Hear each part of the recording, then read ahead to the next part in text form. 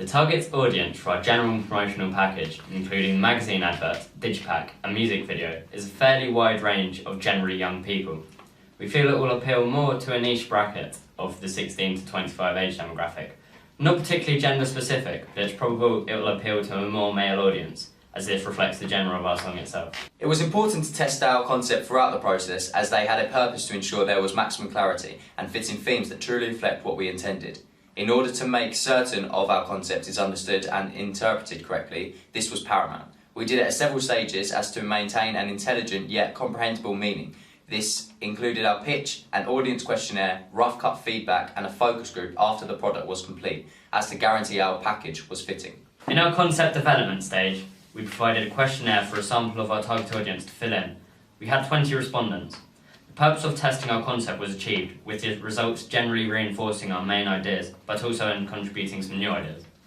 The results helped us move our concept forward in several ways. The audience questionnaire mainly helped us select the right option when there were multiple possibilities, most notably in terms of the hierarchy and placement of text, and also in terms of some general visual techniques in our music video, like the decision on filter, which led to a result of choosing to keep unedited. We carried out some research with our rough cut too. We showed it to a class of Media A2 students within the demographic, which primarily was to see whether we had achieved a cohesive band image across the three products. And it also provided us an opportunity to see any ambiguity or misunderstandings within our concept, or even weak shots. With the feedback from the class, we found out that our artist's meta-narrative was clearly translated across the products, but that there were some shots that were simply too long and almost boring. For example, in the choruses. To combat this, we inserted different shots with the artist in slightly different costume and location, say each repetition of the word day in the chorus. This highly increased the variety of shots and the cutting rate, which provided a faster tempo to the piece.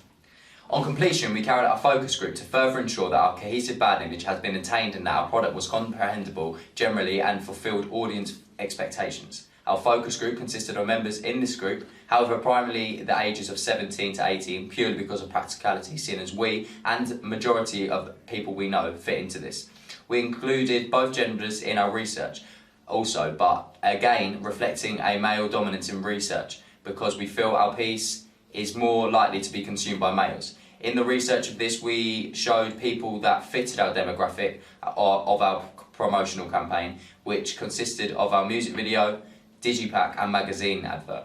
We then would ask mainly open questions in an interview type scenario and recorded their responses. This was done for 15 different participants, some of small groups of 3 and some individually. When applying Stuart Hall's theory, we can see how polysemic the video is.